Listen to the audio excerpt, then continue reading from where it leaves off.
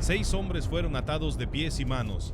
Los llevaron hasta un caserío llamado Mapachín, en el municipio de Jiquilisco, Usulután, y ahí, sin que nadie pudiera escuchar sus gritos, los asesinaron a filo de arma blanca. Después cavaron una fosa, los enterraron juntos todavía atados y se marcharon convencidos de que esos 6 cuerpos jamás volverían a hablar.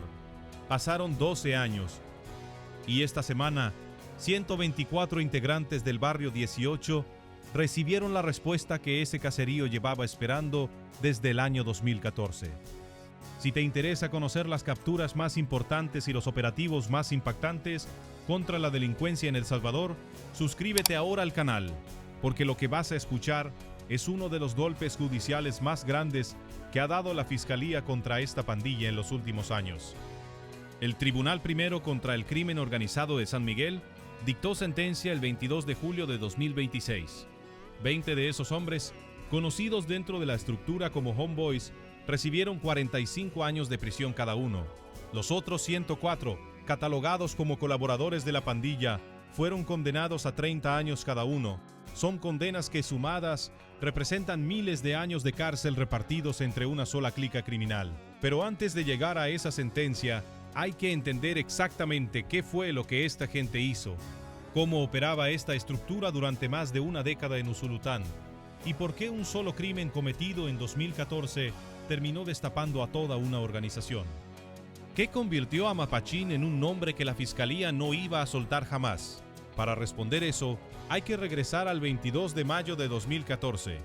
Ese día, en el cantón San José La Hacienda La Carrera, dentro del caserío Mapachín, 6 hombres fueron privados de su libertad por integrantes de la pandilla, 18 sureños, específicamente la clica que operaba bajo el nombre de Puerto El Triunfo. No fue un secuestro express ni una discusión que escaló, fue una ejecución planificada. Las 6 víctimas fueron sometidas, atadas de pies y manos y asesinadas con arma blanca, en un acto que, según describió la propia Fiscalía, evidenciaba altos niveles de violencia y de planificación criminal. Después de matarlos, los pandilleros enterraron los cuerpos en una fosa común clandestina, todavía atados en un intento por ocultar la evidencia y ganar tiempo frente a la justicia.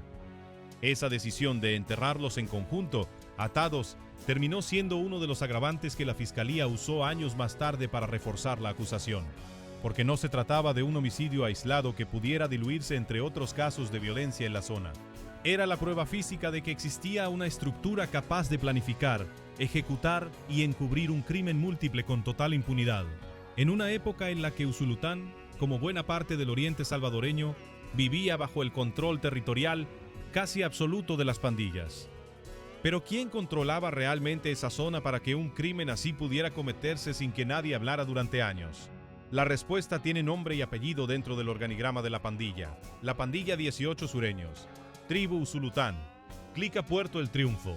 Esta estructura no operaba de forma improvisada, tenía una jerarquía clara con homeboys que ocupaban posiciones de mando y decisión, y colaboradores que ejecutaban las órdenes, vigilaban el territorio, cobraban extorsiones y servían de apoyo logístico.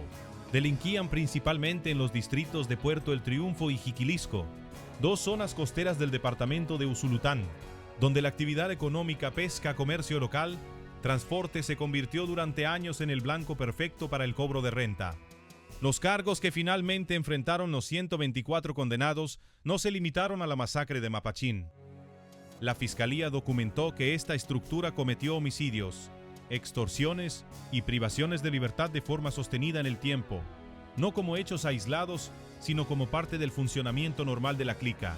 Es decir, el terror no era un episodio puntual, era el método de trabajo cotidiano de la pandilla en esa zona del país. ¿Cómo se traducía ese control territorial en el día a día de la gente que vivía en Puerto El Triunfo y Jiquilisco? No era algo abstracto. Puerto El Triunfo es una zona costera donde buena parte de la economía gira alrededor de la pesca y de las llamadas camaroneras, negocios dedicados a la cría y comercialización de camarón. Durante años, negocios de este tipo, junto con pescadores independientes, comerciantes y transportistas de la zona, fueron obligados a pagar cuotas de extorsión simplemente por operar dentro del territorio que la clica consideraba suyo. Quien se negaba a pagar o quien se atrasaba en el pago sabía que las consecuencias podían ir desde amenazas directas hasta la violencia física. Esa renta constante era en la práctica el motor económico que sostenía la estructura y que le permitía mantener armamento, movilidad y capacidad de intimidación sobre toda la zona. Esa misma lógica de control por miedo es la que explica por qué, durante años, nadie en la comunidad se atrevió a declarar abiertamente sobre lo ocurrido en Mapachín. No era solamente el temor a una pandilla abstracta, era el temor a vecinos y conocidos que, de un modo u otro, sabían quién formaba parte de la estructura y qué pasaba con quienes hablaban de más. Romper ese silencio para la Fiscalía no fue un proceso de meses, fue un proceso de años construido a partir de testimonios protegidos, seguimiento patrimonial y análisis de la actividad delictiva sostenida de la clica en la zona. ¿Y cómo logra la Fiscalía más de una década después reunir pruebas suficientes para condenar a 124 personas de golpe? Este es uno de los puntos más importantes del caso, porque explica por qué estas megacondenas contra estructuras completas se han vuelto la estrategia central de la Fiscalía salvadoreña en los últimos años. En lugar de perseguir homicidio por homicidio, extorsión por extorsión de forma aislada, la Fiscalía apostó por el delito de agrupaciones ilícitas. Este delito no exige demostrar que cada uno de los 124 acusados participó personalmente en cada crimen. Exige demostrar que todos ellos pertenecían, de forma comprobada, a una misma estructura criminal organizada, con roles definidos, jerarquía interna y un patrón de actividad delictiva sostenido. Esa estrategia legal permite algo que hace 10 años parecía casi imposible: condenar de una sola vez a la totalidad de una clica, desde el líder que ordena hasta el colaborador que vigila una esquina, sin necesidad de un juicio distinto para cada persona y cada delito. Es la misma lógica que ha permitido solo en este mismo año condenas paralelas contra otros 39 y otros 52 integrantes del barrio 18, en la misma región de Usulután. No es un caso aislado, es parte de una ofensiva judicial sostenida contra esta estructura específica en el oriente del país. ¿Qué diferencia exactamente a un homeboy de un simple colaborador dentro de esta pandilla y por qué la ley los trata distinto? Dentro de la jerga de las pandillas centroamericanas, el término homeboy no es cualquier apodo. Designa a un miembro de pleno derecho de la estructura, alguien que ya pasó por el proceso interno de iniciación y que tiene voz y responsabilidad dentro de las decisiones de la clica. Un colaborador, en cambio, es alguien que apoya a la estructura sin haber sido formalmente brincado o aceptado como miembro pleno.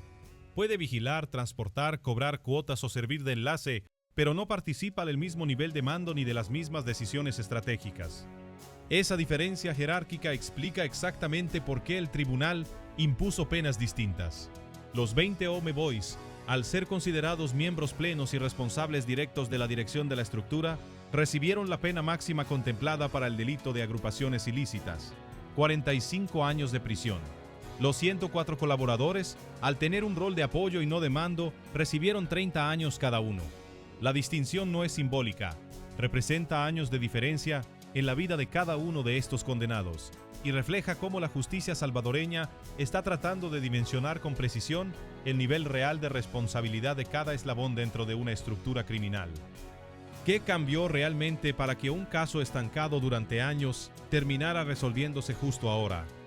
La respuesta tiene que ver con el contexto más amplio que ha vivido El Salvador en los últimos años. Desde la implementación del régimen de excepción, las capacidades de investigación, captura y procesamiento judicial contra estructuras de pandillas se multiplicaron de forma que antes parecía impensable.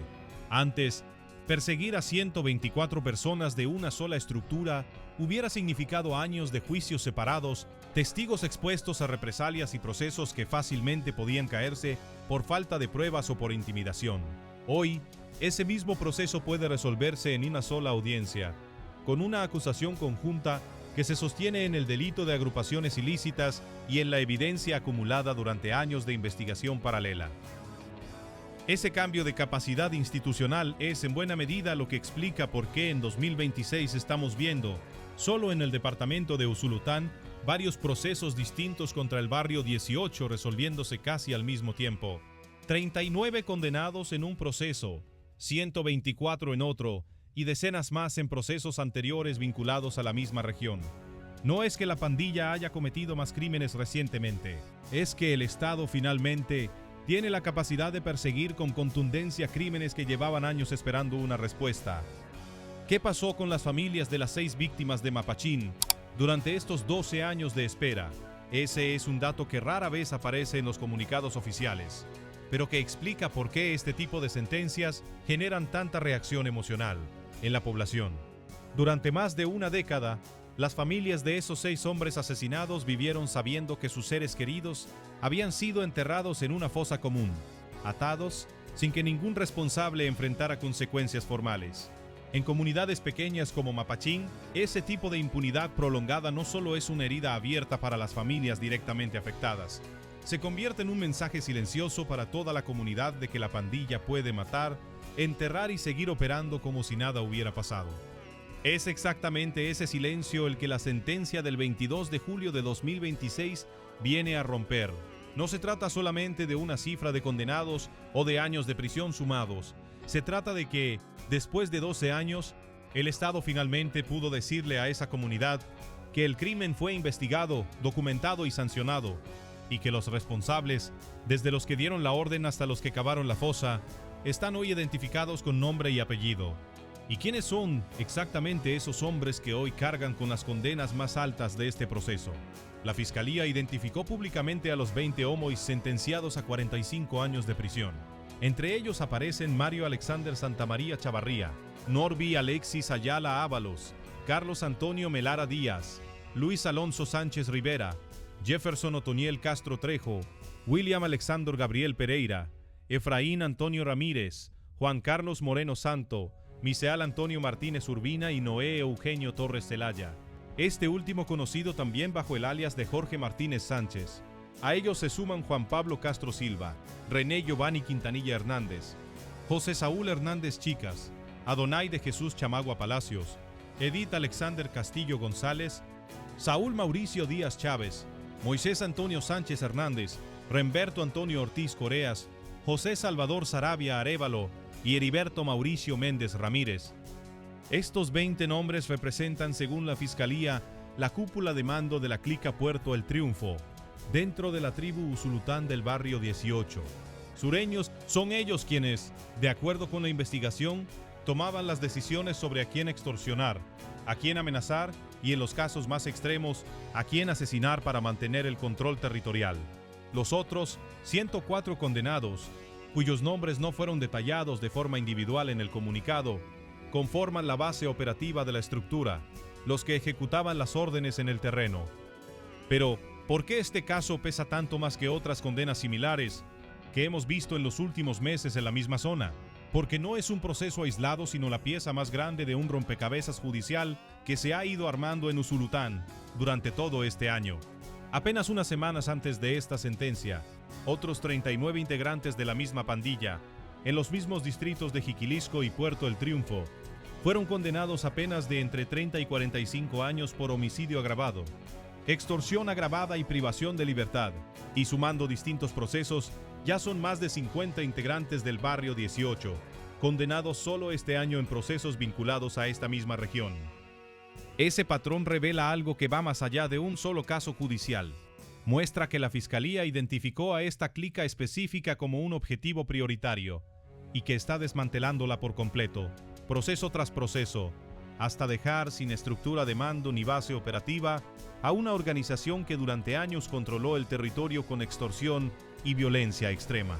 La condena por la masacre de Mapachín es, dentro de esta ofensiva, el capítulo más simbólico, porque conecta directamente el crimen más brutal documentado contra esta quila con la sentencia más alta impuesta hasta ahora. ¿Qué significa en términos reales una condena de 45 años para alguien que hoy tiene entre 20 y 40 años de edad? En la práctica significa pasar el resto de su vida productiva y probablemente el resto de su vida entera dentro del sistema penitenciario salvadoreño. No es una cifra simbólica pensada para generar titulares. Es una condena que, sumada a las condiciones del régimen de excepción y a la política de mano dura que el país ha mantenido en los últimos años, prácticamente garantiza que estos 20 homeboys no volverán a pisar la calle. Para los 104 colaboradores condenados a 30 años, el escenario es similar. Décadas completas de reclusión por haber formado parte, en cualquier nivel, de una estructura que asesinó, extorsionó y enterró a sus víctimas como si fueran desechables. ¿Qué reveló este proceso sobre el propio funcionamiento interno de la pandilla, que antes no se sabía con tanta claridad? El hecho de que la Fiscalía haya podido diferenciar con precisión entre 20 homeboys y 104 colaboradores y sostener esa diferenciación ante un tribunal demuestra un nivel de investigación e infiltración de inteligencia mucho más profundo que en procesos anteriores contra estas estructuras. No se trató de una redada masiva con acusaciones genéricas. Se trató de una reconstrucción detallada del organigrama interno de la clica, capaz de establecer quién daba las órdenes, quién las ejecutaba y quién apoyaba logísticamente cada actividad delictiva, incluyendo el crimen específico de Mapachín. Esa capacidad de mapear con tanto detalle una estructura criminal es en sí misma parte de la historia. Significa que durante los años en que esta pandilla parecía operar con total impunidad en Puerto El Triunfo y Jiquilisco, en realidad ya estaba siendo observada, documentada y investigada, hasta que las piezas se acomodaron para presentar un caso lo suficientemente sólido como para sostenerse ante un tribunal contra el crimen organizado. ¿Termina todo aquí o los condenados todavía tienen alguna carta por jugar? Como en cualquier proceso penal salvadoreño, una sentencia de este tipo no es automáticamente definitiva. Los 20 homeboys y los 104 colaboradores condenados tienen, dentro de los plazos que marca la ley, la posibilidad de presentar recursos de apelación ante instancias superiores, buscando que se revise la pena impuesta o incluso la calificación misma del delito. Sin embargo, en procesos de agrupaciones ilícitas sostenidos con este nivel de evidencia acumulada durante más de una década y respaldados por el propio comunicado oficial de la Fiscalía, nombrando uno por uno a los responsables, las posibilidades de que una apelación revierta al fondo de la sentencia son mínimas. Lo que sí es previsible es que el proceso de traslado a los centros penitenciarios de máxima seguridad y la clasificación de cada condenado dentro del sistema se resuelva en las próximas semanas. Para la comunidad de Mapachín y para el resto de Usulután, la publicación de los nombres de los 20 homeboys no fue un dato menor. En comunidades pequeñas, donde durante años el silencio fue la única forma de sobrevivir, ver publicados oficialmente los nombres completos de quienes integraban la cúpula de la clica representa algo simbólicamente muy fuerte. La confirmación pública de que esas personas que durante años caminaron con total impunidad por el mismo territorio donde cometieron sus crímenes, hoy están identificadas, condenadas y fuera de las calles. ¿Y qué pasa ahora con el caserío Mapachín, 12 años después de aquella noche en la que 6 hombres fueron enterrados atados? Formalmente la sentencia cierra el capítulo judicial del crimen, pero en una comunidad pequeña, donde todos se conocen y donde el miedo hacia la pandilla marcó la vida cotidiana durante años, una condena de este tamaño representa mucho más que un trámite legal. Representa la confirmación pública de que el Estado sí puede, eventualmente, alcanzar a quienes durante años se sintieron intocables. Y representa para las familias de las víctimas la certeza de que el nombre de sus seres queridos no quedó enterrado junto con sus cuerpos en aquella fosa clandestina, sino que terminó siendo la prueba que ayudó a desmantelar a toda la estructura responsable. ¿Por qué un caso local de Usulután termina resonando incluso entre los salvadoreños que viven fuera del país? Porque para buena parte de la diáspora salvadoreña en Estados Unidos, muchos de los cuales emigraron precisamente huyendo de la violencia de estructuras como esta, cada nueva condena masiva contra el Barrio 18 funciona como una prueba tangible de que el país que dejaron atrás está cambiando. No es casualidad que noticias como esta se compartan tanto entre comunidades de migrantes. Representan para muchos la validación de una narrativa que han seguido de cerca durante los últimos años. La idea de que las estructuras que antes controlaban pueblos enteros con extorsión y muerte, hoy están siendo desmanteladas una por una, hasta en sus rincones más remotos, como un caserío que muchos ni siquiera ubicarían en un mapa. Y esa dimensión no es menor a la hora de entender por qué este tipo de casos generan tanta reacción. No se trata solamente de una cifra judicial más sumada a un contador nacional. Se trata de una comunidad específica, con nombre propio, que durante 12 años cargó con el peso de una masacre sin resolver, y que hoy, con 124 nombres asociados a un solo fallo, finalmente puede decir que el caso de Mapachín dejó de ser una herida abierta para convertirse en un antecedente judicial cerrado. Con esta sentencia, el Tribunal Primero contra el Crimen Organizado de San Miguel suma otro capítulo a una ofensiva judicial que solo en Usulután y solo durante este año ya acumula más de 150 integrantes del barrio 18 condenados entre distintos procesos.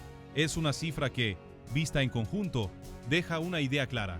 La clica que durante años controló Puerto El Triunfo y Jiquilisco a punta de extorsión, homicidios y fosas clandestinas, hoy prácticamente ha dejado de existir como estructura operativa en esa zona del país.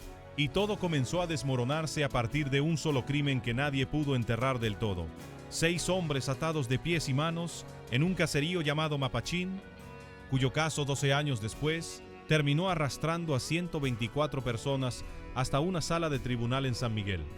Si quieres seguir conociendo cómo estas estructuras criminales están cayendo una por una en El Salvador, suscríbete al canal, activa la campana y no te pierdas los próximos casos que estamos siguiendo de cerca.